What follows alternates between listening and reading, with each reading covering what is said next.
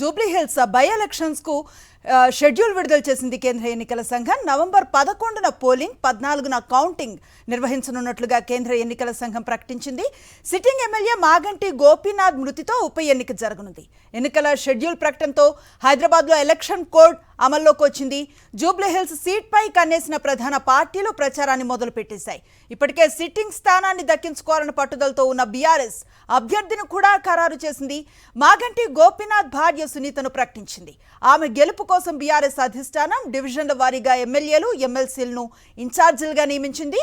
బాకీ కార్డ్ పేరుతో కాంగ్రెస్ హామీలను ప్రజల్లోకి తీసుకువెళ్లాలని బీఆర్ఎస్ భావిస్తోంది. ఇప్పటికే కేటీఆర్, హరీష్ రావుల సమక్షంలో ప్రచారాన్ని కూడా ముమ్మరం చేశారు. ఇదే అంశానికి సంబంధించి పూర్తి సమాచారం మా కరెస్పాండెంట్ దిలీప్ తెలంగాణ భవన్ నుంచి అందిస్తారు. దిలీప్. అనుసరి చూసుకోవచ్చు. So Jubilee Hills sitting MLA Maganti Gopinath అకాల మరణంతో ఖాళీ అయినటువంటి జూబ్లీహిల్స్ స్థానానికి ఉప ఎన్నికకు కేంద్ర ఎన్నికల సంఘం నోటిఫికేషన్ విడుదల చేసిందని చెప్పుకోవచ్చు. సో వచ్చే నెల 11వ తేదీన జూబ్లీహిల్స్ ఉప ఎన్నిక జరగనుంది. ఆ తర్వాత 14వ తేదీన ఉప ఎన్నికకు సంబంధించినటువంటి కౌంటింగ్ జరగనుంది. సో దీనికి సంబంధించి ఇప్పటికే బీఆర్ఎస్ పార్టీ కూడా పూర్తిగా సమాయత్తమైందని చెప్పుకోవచ్చు. సో ఇప్పటికే అభ్యర్థిని కూడా ప్రకటించింది. సో మాగంటి గోపీనాథ్ సతీమణి మాగంటి సునీత పేరుని ప్రకటించినటువంటి బీఆర్ఎస్ పార్టీ ఇప్పటికే దీనికి సంబంధించి ప్రచారాన్ని కూడా ప్రారంభించింది. సో ముఖ్యంగా 6 డివిజన్లు జూబ్లీహిల్స్ నియోజకవర్గంలో మొత్తం 6 డివిజన్లు ఉన్నాయి. సో 6 డివిజన్లకు సంబంధించి కూడా షేక్పేట్ డివిజన్కి ఎమ్మెల్సీ దాసు శ్రవణ్ను ఇన్ఛార్జిగా నియమించింది. అలాగే యూసుఫ్గూడ డివిజన్కి ఎమ్మెల్సీ పోచంపల్లి శ్రీనివాసరెడ్డిని ఇన్ఛార్జిగా నియమించింది. అలాగే వెంగళరావు డివిజన్కి సంబంధించి ఎమ్మెల్యే ఎల్బీనగర్ ఎమ్మెల్యే సుధీర్ రెడ్డిని, అలాగే రహమత్ నగర్కి సంబంధించి ఎమ్మెల్సీ తెక్కల్పల్లి రవీంద్రరావుని ఇన్ఛార్జిగా నియమించింది. అలాగే బోరబండ డివిజన్కి సంబంధించి కుత్బులాపూర్ ఎమ్మెల్యే వివేక్ గౌడ్ని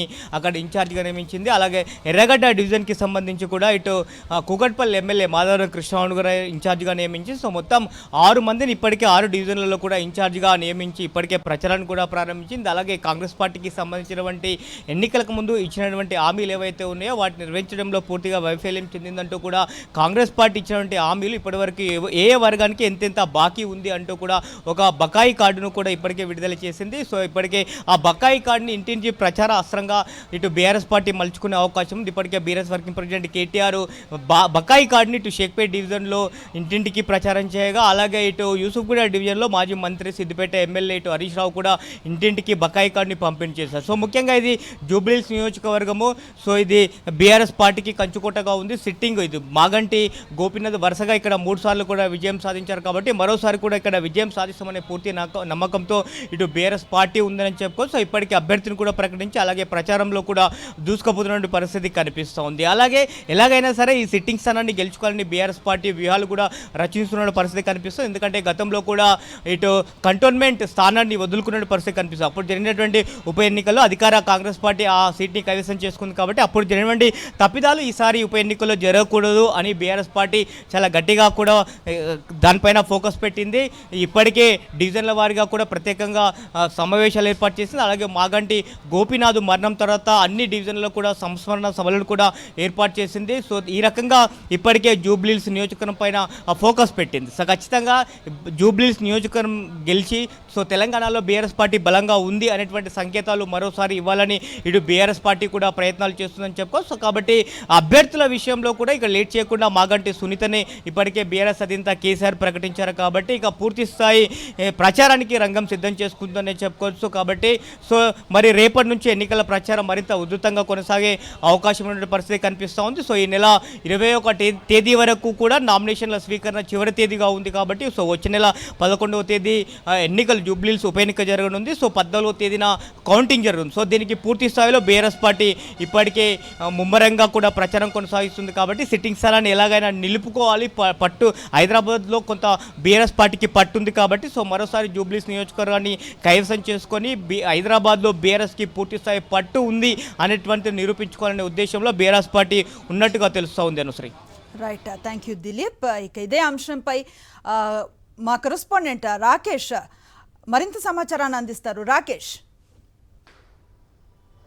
ఎస్, జూబ్లీహిల్స్ ఉప ఎన్నిక కొద్దిసేపటి క్రితమే కేంద్ర ఎన్నికల సంఘం షెడ్యూల్ విడుదల చేసింది. నవంబర్ 11న జూబ్లీహిల్స్ ఉప ఎన్నికకు పోలింగ్ జరగబోతూ ఉంది. అలాగే నవంబర్ 14న ఫలితాలు వెల్లడించబోతా ఉన్నారు. దీంతో ఇక ఎన్నిక హీట్ ఎక్కిందనే చెప్పాలి. ఇప్పటి వరకు అభ్యర్థి ఎంపిక విషయంలో కొంత తాత్సారం చేసిన కాంగ్రెస్ పార్టీ ఇక వేగం పెంచబోతా ఉంది. ఇప్పటికే అభ్యర్థి ఎంపిక విషయమై బెంగళూరు వెన్న సీఎం రేవంత్ రెడ్డి ఏసీసీ అధ్యక్షుడు ఖర్గేతో భేటీ కాబోతున్నారు. నిన్న సాయంత్రమే పీసీసీ చీఫ్ 4 పేర్లతో కూడిన నివేదికను ఏఐసీసీకి పంపించారు.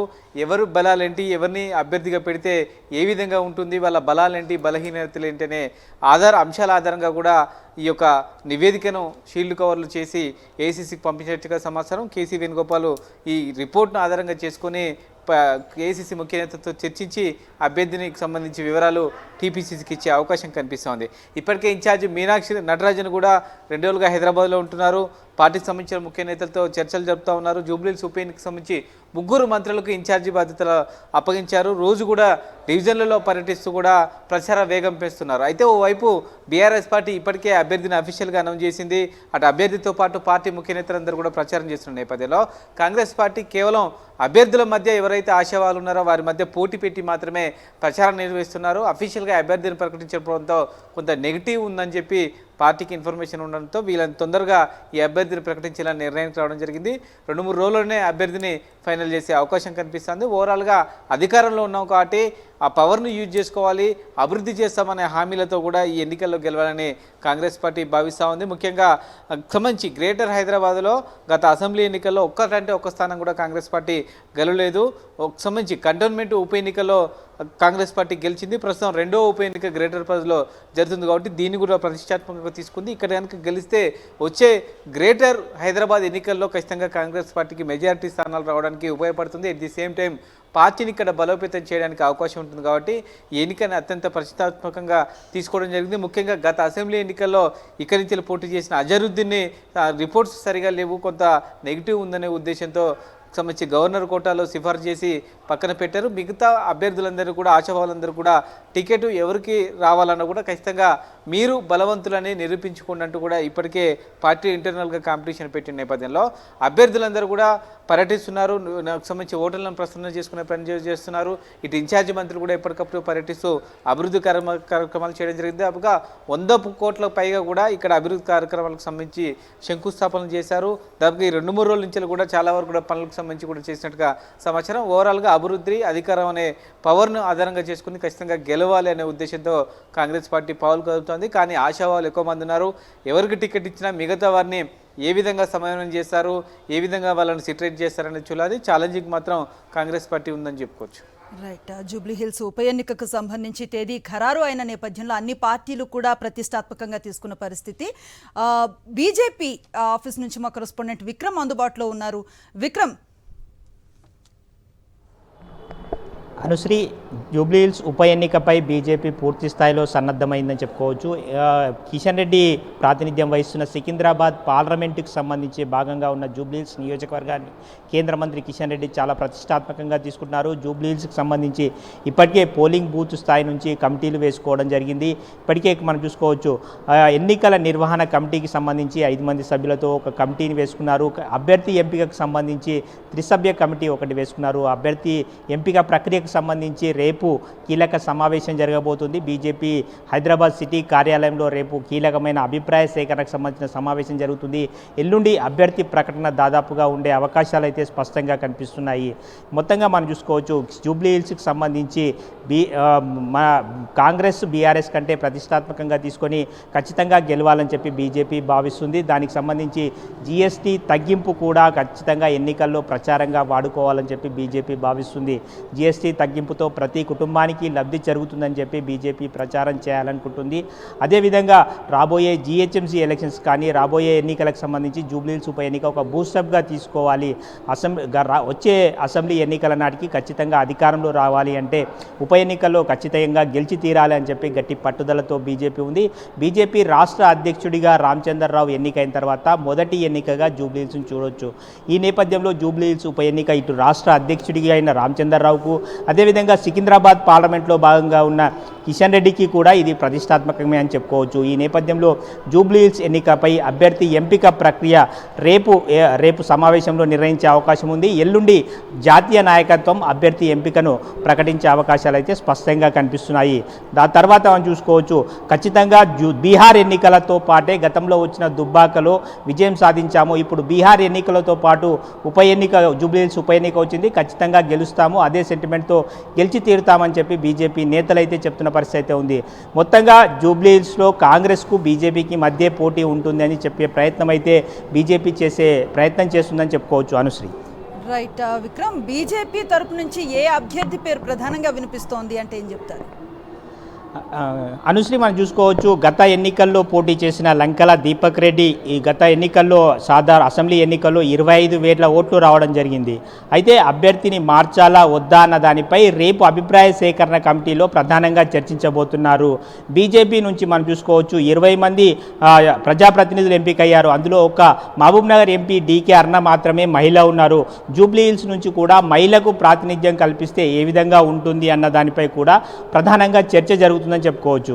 మహిళకి ఇస్తే ఎవరికి ఇవ్వాలి, సిట్టింగ్ గతంలో పోటీ చేసిన లంకల దీపక్ రెడ్డికే ఇవ్వాలా, ఇస్తే ఏ విధమైన అనుకూల అంశాలు ఉన్నాయి, అదేవిధంగా మహిళకి ఇస్తే ఏ విధమైన అనుకూల అంశాలు ఉన్నాయి, దానిపై పూర్తి స్థాయిలో కసరత్తు అయితే జరుగుతుంది.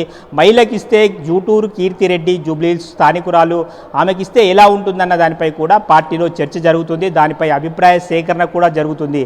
మరోవైపు గతంలో బీజేపీ రాష్ట్ర మహిళా మోర్చా అధ్యక్షురాలుగా పనిచేసిన ఆకుల విజయ బీసీ కార్డులో ప్రయోగిస్తే ఒకవేళ ఆకుల విజయ కూడా ఇచ్చే అవకాశాలు ఉన్నాయని చెప్తున్నారు. ఒకవైపు జూటూరు కీర్తిరెడ్డికి కానీ ఆకుల విజయ కానీ మహిళా కోటాలో ఇస్తే ఇవ్వవచ్చన్న ఒక ప్రచారం అయితే కొనసాగుతుంది. అదేవిధంగా సిట్టింగ్కు లంకల దీపక్ రెడ్డికే ఇచ్చి మరింత ప్రోత్సహిస్తే బాగుంటుంది అన్న ఒపీనియన్ కూడా పార్టీలో వినిపిస్తున్న పరిస్థితి ఉంది. ఎవరికి టికెట్ ఇవ్వాలి అన్న దానిపై రేపు అభిప్రాయ సేకరణలో నేతలు కార్యకర్తల నుంచి అభిప్రాయ సేకరణ చేసుకున్న తర్వాత ఎల్లుండి బీజేపీ జాతీయ నాయకత్వం నుంచి ఒక ప్రకటన అయితే విడుదలయ్యే అవకాశం ఉంది. అభ్యర్థి ఎవరు అన్న దానిపై ఎల్లుండి క్లారిటీ వచ్చే అవకాశాలు అయితే కనిపిస్తున్నాయి. Anusri. Right, thank you Vikram.